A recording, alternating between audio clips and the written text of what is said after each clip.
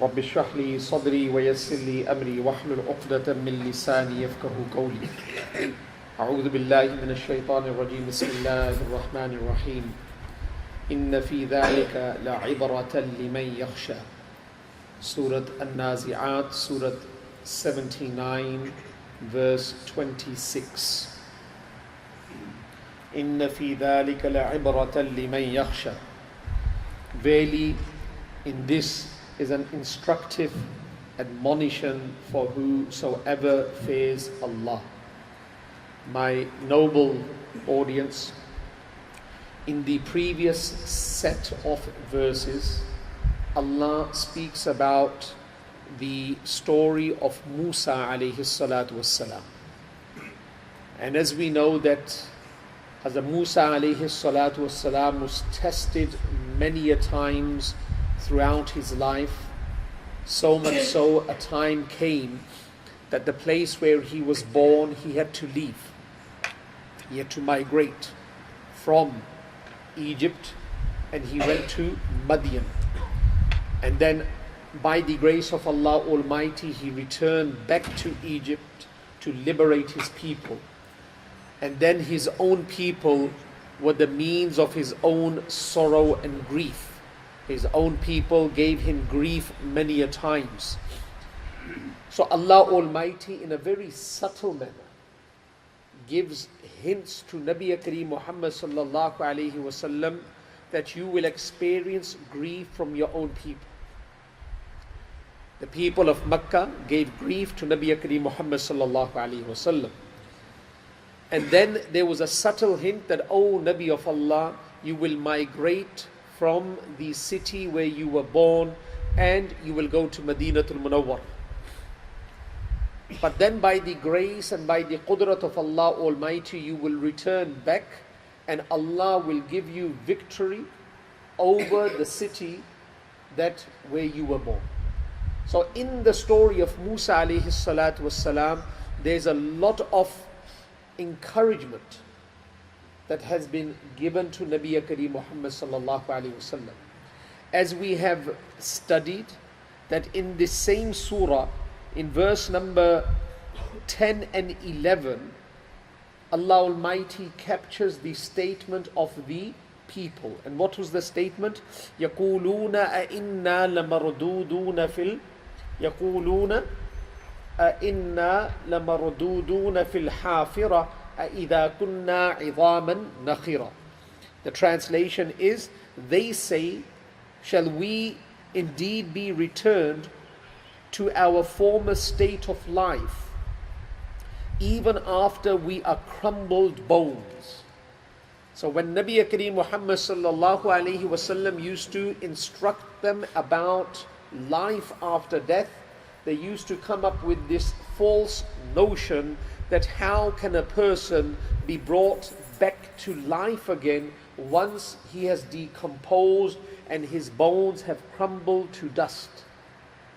So Allah Rabbul Izzat now, first of all, He makes mention in the verse that we recited tonight, verse number 26, that the story of Moses and the subtle lessons that the story of Moses captures will be a ibrat. It will be a lesson for those people that have faith. If a person takes this life lightly, and he does not focus upon the reality of life, then all these stories that Allah makes mention of in His beautiful kalam will have no impact, or let me say it will have no positive impact. Positive impact of all these stories are for those people who have yakhsha, who have a level of fear regarding their Creator, that a day is to come, I will stand in front of Him, what package have I brought with me? That's it. If a person has that fear, then he will learn a lesson from all this. If not, then he will say what people have said in the past and what people are saying in present time. إِذَا تُتْلَى عَلَيْهِ آيَاتُنَا قَالَ أَسَاطِيرُ الْأَوَّلِينَ.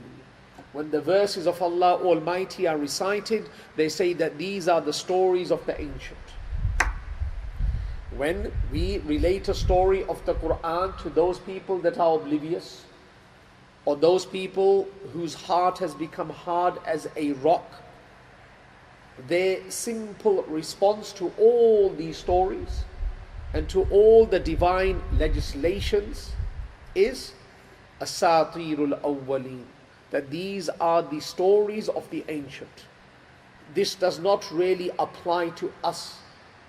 It does not apply to us. This is the stories of the past. So Allah Almighty makes that very clear after highlighting certain aspects of the story of Moses, peace be upon him, in the previous set of verses. Now, we just translated verse number 10 and number 11 from this surah. Allah Rabbul Izzat captures the statement of the idolaters. They could not fathom, they could not digest, and they could not comprehend the concept of life after death. Many a times they used to pass by graves, and they used to find that in the grave the skeleton, the bones had crumbled to dust. So when Nabi Kareem Muhammad Sallallahu Alaihi Wasallam used to make mention of life after death, because one of the most important topics that has to be understood and then accepted from the bottom of the heart is life after death. If a person does not believe in life after death in totality, with all its different dimensions, then a person cannot be a true believer.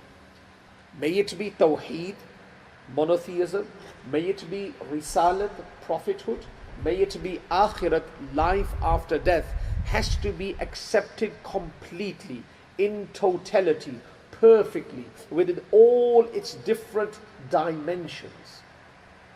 So Nabi Kareem Muhammad Sallallahu Alaihi Wasallam, in his own words, used to educate the people. Now Allah Almighty, in the next verses that we are going to study tonight, uses different objects that He has created, that are visible, that are conspicuous, that are apparent. He uses them to educate us about the complex concept of life after death. Allah uses certain things. He doesn't use things that are hidden. He doesn't use those objects that are secret. He doesn't use those objects that emerge once in a blue moon. No. Allah uses those makhluqat that are very large in size, that are visible, and they occur on a very regular pattern. So any person who studies these ayat and he focuses upon the deep, profound message of these ayat, it will give him the support that is required to understand life after death. So that is the maqasid of the set of verses that inshallah by the grace of Allah Almighty we are going to try to understand. So the first ayat in relation to life after death is verse number 27. أَأَنْتُمْ أَشَدُّ خَلْقًا أَمِ السَّمَاءُ بَنَاهَا. Are you more difficult to create, or is the heaven that He constructed? Now for those people that only focus upon the crumbling bones, the decomposed body, they should for a split moment look above, and it is visible to all. The sky, the asman is visible to all. So Allah Almighty first of all uses the heaven that is right above us. You can look to the right above, you will see the heaven. Left above, you will see the heaven. Right above you, you will see the heaven.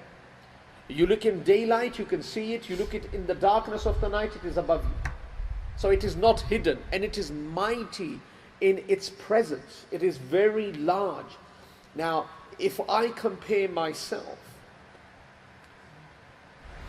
and I believe that Allah created me, and then I look above and I look at the heavens and I believe that Allah has created the heavens, and the heaven is much larger than me, its lifespan is much longer than me. If you think about it, its lifespan is much longer than me. Hazrat Adam alayhi salatu wasalam arrived in this arena, he looked above and the sky was there. He passed away, he looked above, the arena was there. 10,000 years after, a person arrives and he looks above, the arena is still there, the sky is still there. So its lifespan is very, very long. The hayat of the sky is very, very long. We only live for 60 or 70 years. We only live for 60 or 70 years. Our lifespan is very, very short. One lady, she came to Hazrat Nuh alayhi salatu wassalam. And I would like you to listen to this attentively. It will give us another understanding of the life that we enjoy right now. So this lady, she used to give birth to children and they used to die very quickly. So they did not mature. They did not mature, these children. They used to die as infants. So she came to Hazrat Nuh alayhi salatu wassalam, who lived for 1,450 years. Hazrat Nuh alayhi salatu wassalam lived for about 1,450 years. He gave da'wah for 950 years, but he lived for about 1,450 years according to the understanding of Ibn Abbas radiyallahu ta'ala anhuma. So she came to Hazrat Nuh alayhi salatu wasalam, she said, can you make dua that my children, they reached maturity? Hazrat Nuh alayhi salatu wasalam smiled. He said, why are you smiling? He said, I'm smiling because I have been informed of a nation that their entire lifespan will be 60 to 70 years. A child in those days used to reach puberty at the age of 250 to 300. She said, what? Their entire lifespan will be 60 or 70 years? I can't fathom them. I can't comprehend that. Their lifespan was so long compared to what Allah has granted us. Then she made a statement and then walked away. She said that if I knew that I was going to only live for 60 or 70 years, I will make one sajda that will cover that entire lifespan. I will make one sajda of 60, 70 years. So, lifespan of people in the past much longer than us. Allah sustained them. Allah took care of them. Allah provided for their needs. Then we look above the sky. Allah makes mention of the sky. The sky from our inception has been above us. And even after our departure will be above us. And it will be above many that have passed and many that are to arrive. And it is much greater than us in size. But Allah created it. And you acknowledge it. Because the Quran has made the very, very explicit statement regarding the heaven and the earth. Heaven, earth, Allah Almighty says, وَلَئِن سَأَلْتَهُمْ مَنْ خَلَقَ السَّمَاوَاتِ وَالْأَرْضِ. If you ask them, مَنْ خَلَقَ, who created Asman and Zameen, the heaven and the earth. You ask these people, is it Lat? Is it Uzza? Is it Hubal? Habil. Hubal was the deity that was representing Habil. Habil is the brother of Qabil. And Qabil was the murderer. And Habil was the one that was murdered. Qabil was the Zalim. Habil was the Madloom. So they made a deity whose name was Hubal. All these deities that we hear about, Lat, Manat. Manat is the feminine version of Mannan. Manat is the feminine version of Mannan, and Mannan is one of the attributive names of Allah Almighty. So all these deities used to represent somebody, and these people had achieved some level of success. All these attributes or these deities were representing the most perfect, Allah Almighty, and they used to bow in front of them. But at the end of the day, they knew that when it comes to the creation of the heaven and the earth and the alteration of the day and the night, no one can do this. The only one that is in control is Allah Almighty. That's why the Quran explicitly makes a statement that if you ask them, Man khalaqa, who created as-samawati wal-ard, the heavens and the earth, لَيَقُولُنَّ اللَّهِ, they all say, Allah used the plural verb, لَيَقُولُنَّ اللَّهِ, they will all say that it is Allah Almighty who created.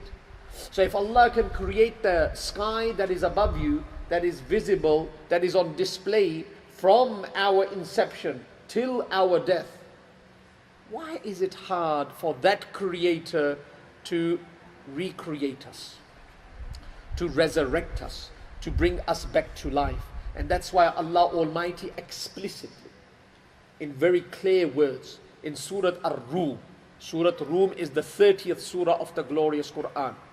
In verse 27, the last verse of the third ruku, the third section, Allah Almighty says, وَهُوَ الَّذِي يَبْدَأُ الْخَلْقِ ثُمَّ يُعِيدُهُ وَهُوَ أَهْوَنُ عَلَيْهِ وَهُوَ الَّذِي يَبْدَأُ الْخَلْقِ ثُمَّ يُعِيدُهُ. It is the one that created everything. Yabda, you have heard the attributive name of Allah, Badi.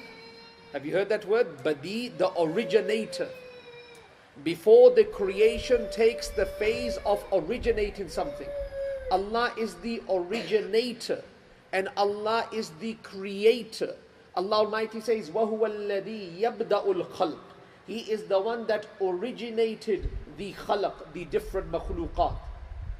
وَهُوَ الَّذِي يَبْدَأُ الْخَلْقَ ثُمَّ يُعِيدُ. And then everything will return to Him. Everything will return to Him. As made mention in another verse, وَإِلَيْهِ النُّشُورِ. Everything will return to Him. وَهُوَ أَهْوَنُ عَلَيْهِ.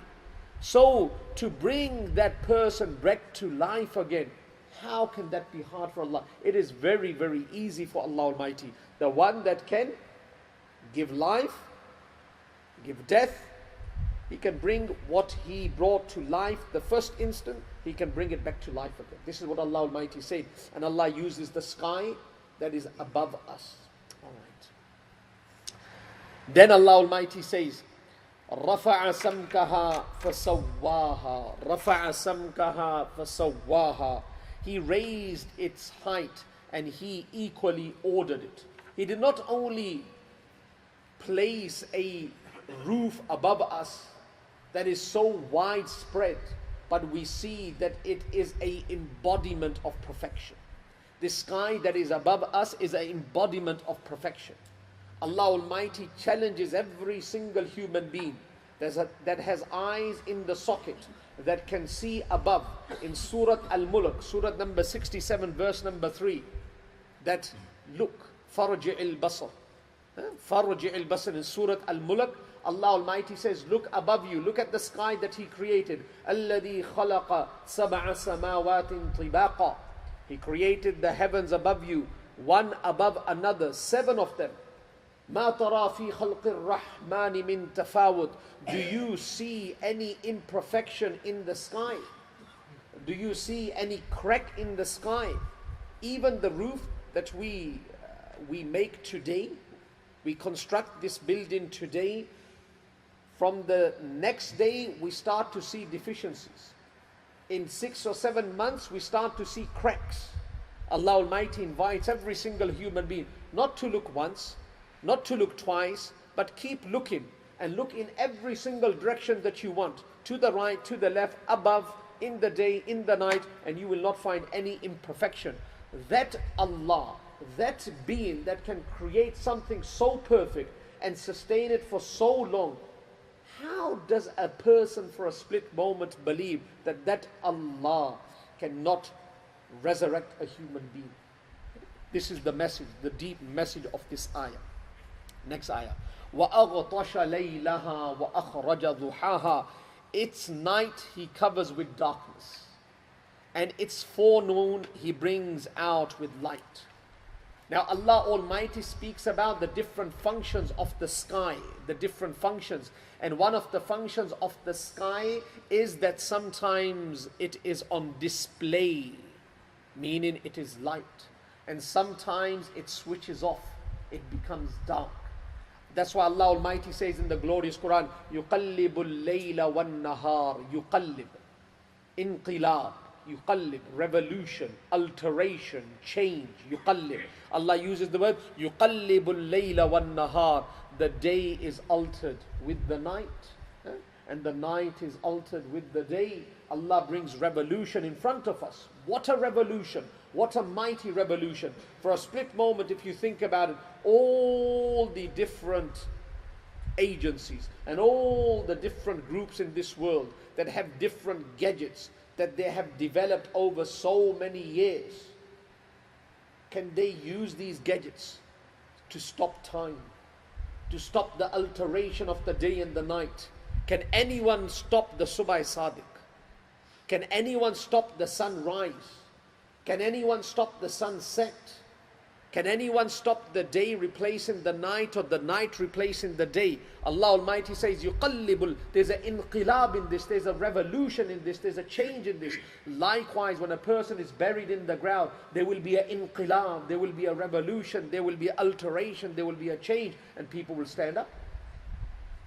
It's a witness. The day and the night is a clear evidence to life after death. Because life after death is a alteration, it is a change. From one state to another state. The day replacing the night and the night replacing the day is an alteration. And that's why Allah Almighty says, جَعَلَ اللَّيْلَ وَالنَّهَارَ خِلْفَةً. جَعَلَ اللَّيْلَ وَالنَّهَارَ خِلْفَةً. The night is a khalifa of the day, and the day is a khalifa of the night. This is an inqilab, it is a revolution, if we think about it. And that's why in Surah Qasas, Allah Almighty, in the second or the third last section of Surah Al-Qasas, Allah Almighty makes mention that if Allah intends that the day remain, no one can bring the night. And if Allah intends that the night remain, no one can bring the day. No one can do that. A time will come that the sun will rise in the opposite direction. People will be disturbed. People will be struck by anxiety. But can anyone bring a change? No, it is Allah Almighty. This is the qudrat of Allah Almighty. Next verse. وَالْأَرْضَ بَعْدَ ذَلِكَ دَحَاهَا. وَالْأَرْضَ بَعْدَ ذَلِكَ دَحَاهَا. And after that He spread the earth. He spread the earth. The matter of the earth was created before the sky. So the matter of the earth was created before the matter of the sky. But the earth was laid down before the sky. Because the earth, the zameen, is the foundation. And you do not place the roof without the foundation. Make sense? So the fuqaha, the Muslim jurists, and the theologians and the experts of the Quran, after studying the Quran, the order of the Quran, the theme of the Quran pertaining to the construction of this dunya, the different ahadith mubarakah relating to this topic, have come to this understanding that the matter of this dunya was created before the matter of the sky. Alright? And sorry, I've said it the wrong way around. The matter of the sky was created before the matter of the earth. But Allah Rabbul Izzat allowed the earth to be established before the sky. Because the sky is the roof, and the roof comes after the bottom portion is constructed. Alright. Now, there is one hadith that I came across in my study that I would like to make mention right now.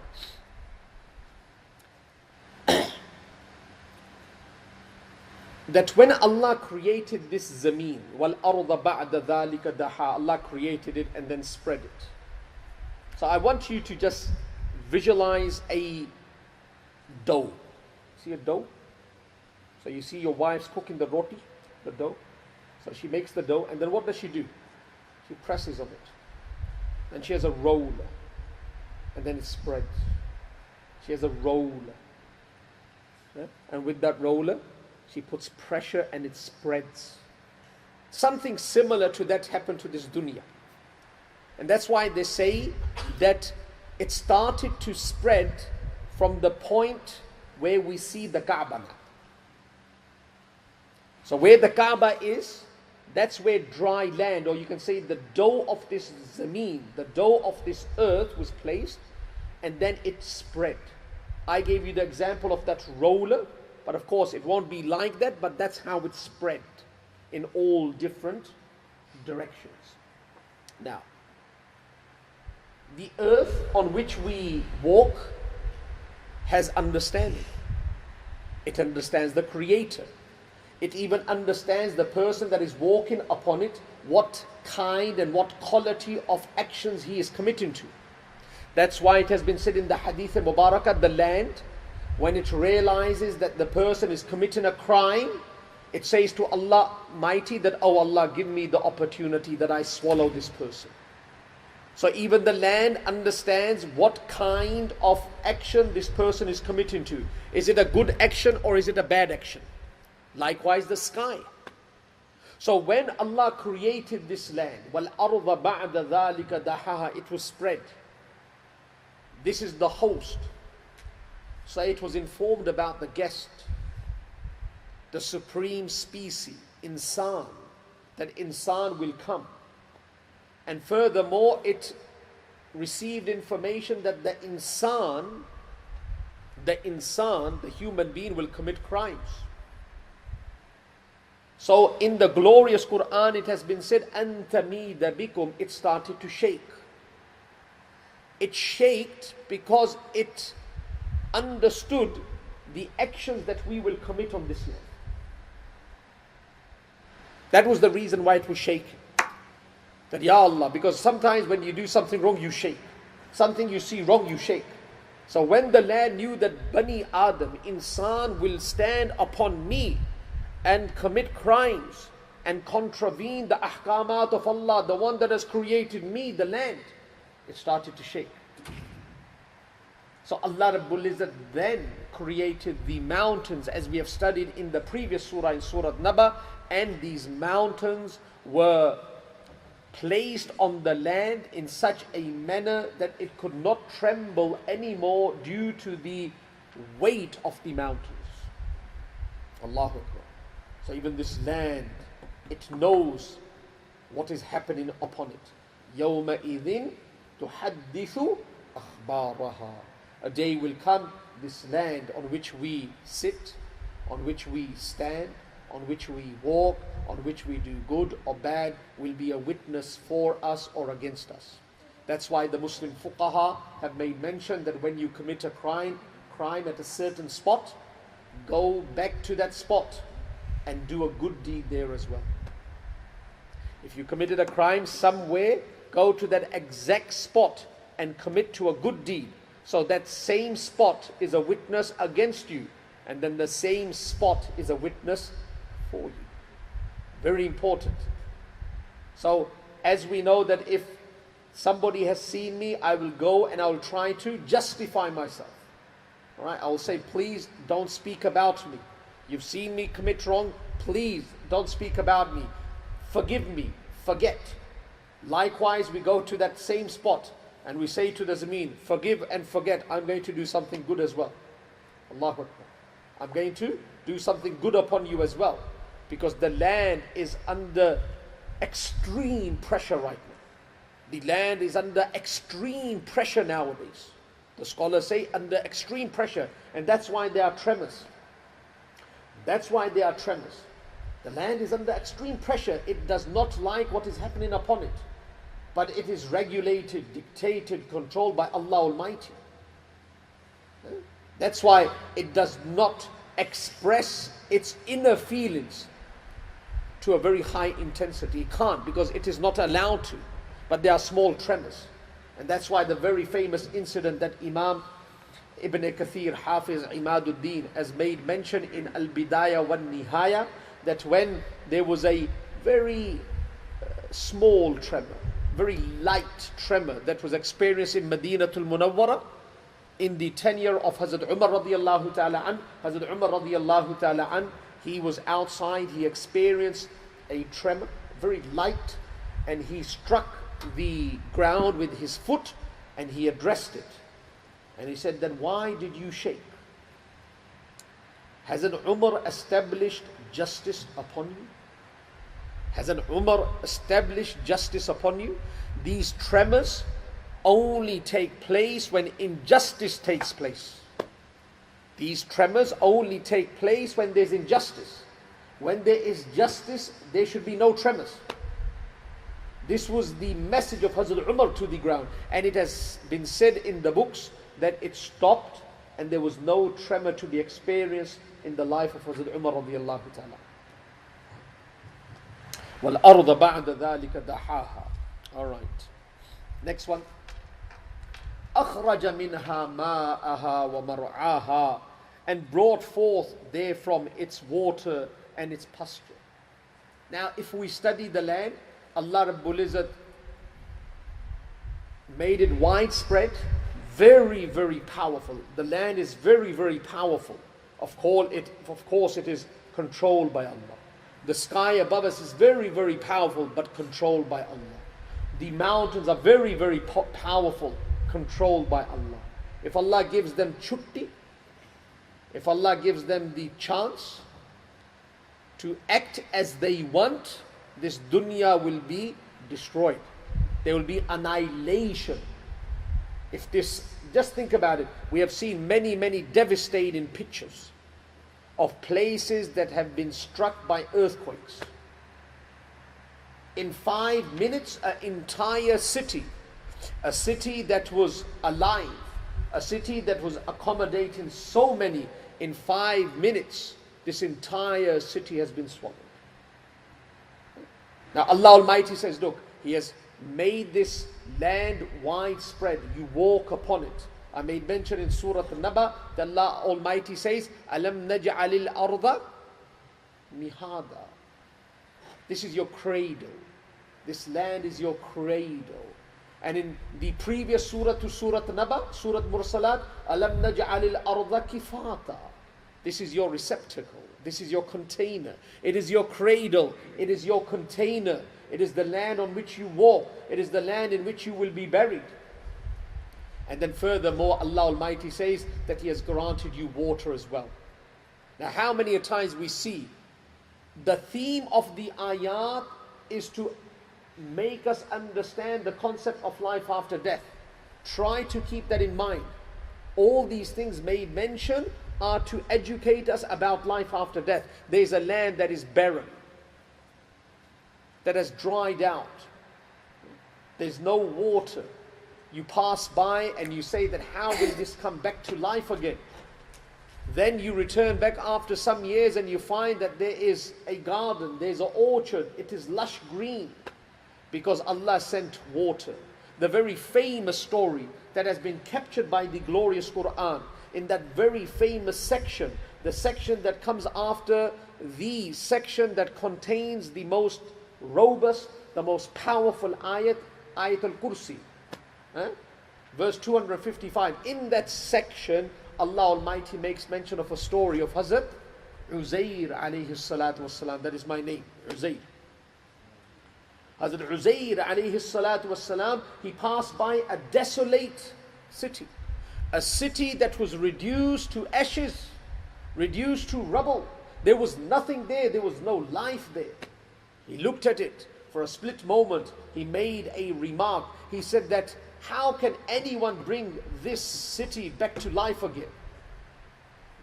So for him to say that gives us an understanding of the state of that city. There was nothing there. Everything had collapsed. أو كالذي مر على قرية وهي خاوية على عروشها. The roofs had come down to the ground. It was absolutely rubble. It was dust. So Allah Rabbul Izzat directly educated Hazrat Uzair alayhi salatu wassalam, and indirectly educated every single human being that is to come, that is to listen, to hear, and to be educated from this story. For 100 years he was put to sleep. 100 years. Cutting the story short, when he woke up, there was an entire city. This is the amazing thing. Just think about it. He fell asleep. He fell asleep. No one picked up his body. This is that a lot of people miss out on this point. He fell asleep. There was an entire city that came to life in 100 years. Those people are walking around, they can't see him. They can't see Hazrat Uzair sleeping there. How amazing is that? We think about the city coming back to life again, as we will come back to life again once placed in our grave. But what a greater level of Allah's qudrat, a manifestation of Allah's power, that Uzair alayhi salatu wasalam is sleeping there. The food is still warm. The donkey and its bones have crumbled to dust. 100 years, that food is still warm. Food that rots in a couple of hours is still fresh. But I found something even greater than that, that people are walking and the city is being built and they can't see Hazrat Uzair alayhi salam. How amazing is that? Nabi Kareem Muhammad with Hazrat Abu Bakr Siddiq radiyallahu ta'ala an are taking shelter in the cave. The mushrikun come right to the mouth of that cave. Hazrat Abu Bakr Siddiq can see. They just have to tilt their head downwards and everything will be visible to them. But the qudrat of Allah now comes to the rescue. It is a manifestation of Allah's power. Nabi Kareem Muhammad sallallahu alaihi wasallam says to Hazrat Abu Bakr Siddiq, "La tahzan, inna Allah ma'ana." Do not fear, verily Allah is with us. He will not allow them to see. We will be in front, but they will not be allowed to see. Hazrat Uzair will be sleeping there, the food will be fresh, the donkey will decompose, no one will be allowed to see, and there will be an entire city that will come to life. And that's why it has been said in the Tafseer that when Hazrat Uzair went back home, no one could recognize him. His sons were older than him in age. He's the only person in the history of humanity, if this is a question, if it's put to you, which father is younger than his own son in age? It is Hazrat Uzair alayhi salatu wasalam. Because time stopped for him. When he woke up, he was not 100 years older. Time stopped for him. So when he woke up at the same age where he slept. But people around him, they were experiencing the shifting of time. So when he went home, he was young and his child was old. And the only way they recognized him to be Uzair alayhi salatu wasalam is that when he proved that he knew the entire Torah off by heart. That was the only sign. Because there was an old lady in that town, she said that Uzair, the prophet that I knew, he knew the entire Torah off by heart. Uzair said, I am that person and can read it all. And he read the entire Torah off by heart. And that was enough evidence to satisfy the people that were witnessing a miracle unfolding in front of them. All right. So Allah brings water, and that water brings life back to the land. Why can't Allah bring life back into those crumbled bones, that decomposed body? Allah will bring life back into that body. All right. وَالْجِبَالَ أَرْسَاهَا, and the mountains He has fixed firmly. I made mention a few moments ago the reason why mountains were placed on the ground. What was the reason? It was أَن تَمِيدَ بِكُمْ, it was wobbling. And why was the land wobbling? Because it realized that we were to come. It realized we were to come and we were going to commit crimes upon it. And it could not endure that. Allahu Akbar. So do not be the means. Do not be that person that is the reason for that wobble. Try to give satisfaction to every makhluk around you, even if it be the ground. We are insans. We fulfill the duty of every single makhluk. And one makhluk that is very, very benevolent to us is the land on which we walk. Try to do things that gives it satisfaction, that gives it peace and tranquility. And then Allah Almighty says, مَتَاعًا لَكُمْ وَلِأَنْعَامِكُمْ, to be a provision and benefit for you and your cattle. Now, Allah Almighty allowed this land that was barren, that had dried out and died out, it brought it back to life again. Why? So it can be beneficial for you. So there is an orchard, there is a garden, and there are animals that are grazing in that garden. You will benefit from that animal. How will you benefit? You will drink the milk. How will you benefit? You will have a barbecue. This is beneficial for you and for your animals. Now Allah Almighty, I would like you to focus upon the order. مَتَاعًا لَكُمْ وَلِأَنْعَامِكُمْ. All this is a benefit for you and your animals. Meaning everything in this world, in the reality, is to benefit us. Then anything else will benefit. Keep that in mind. Everything in this world is to benefit us. Right.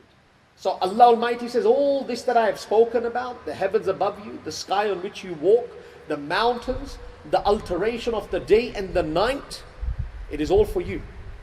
It is all for you and for your animals. Because they are your animals, they will benefit. Because they are your animals, everything is in our control. So the ulama have understood from this second half of the ayah that Allah has made the animals subservient for us. They are our khadims. They are our nokar. They serve a human being. And that's why Allah Almighty says in the glorious Quran, in Surah Zukhruf, Surah number 43, ayat number 13, Subhanalladhi sakhara lana hada wa ma kunna lahu muqrinin wa inna ila rabbina lamunqalibun. Now, mata'an lakum wa li'an'amikum. Nowadays, what is subservient for us? Is it the donkey? Is it the horse? Is it the camel? Do we use that in Brisbane? So what do we use? We use a V6, a V8. But it is subservient. How much power? You can get 10 people standing in front of that car. If a person places his foot on the accelerator, you cannot push it backwards. But Allah has made it subservient. Power steering, one finger. When I go to Pakistan and I drive the small car, it is so hard. Then you come here and it's like this, with one finger, subservient. Allah has made it subservient. Now when Allah makes something subservient, there are rules and obligations. There is some respect that has to be displayed. So if Allah has made this car our commute, our conveyance, there are rules. Respect the power. Respect the power that Allah has given to your commute. Do not abuse it. Do not exploit it. Do not end up in an accident. How many youth drive the cars in a very foolish, in a very silly manner? And they place themselves in destruction. How many? We have seen many youth, they ride motorbikes. How many youth, they insist in front of their parents, we want the V8. We don't want the V6. They lose their license in the first week. All 12 points gone. That's why Allah Almighty says, remember, Subhanalladhi sakhara lana hada. This commute that Allah has given to you, respect it. Do not abuse it. Have we run out of time? I'm going to speak about our conveyance next week. That's where we'll start from. Remind me. We're going to speak about the conveyance, the commute. What are the rules pertaining to driving the car? What should we be doing before? What should we be doing when we're driving? Because under this ayat, Allah says, Mata'an lakum. All this is for you. All this that Allah has spoken about is for you. Wali an'amikum, and for your animals. Animals have been used in the past for conveyance, but of course the conveyance has changed from animals to 4 wheels, and we need to know what are the laws pertaining to the 4 wheels. Allah Rabbul Izzah give us tawfiq. Inshallah we'll make dua.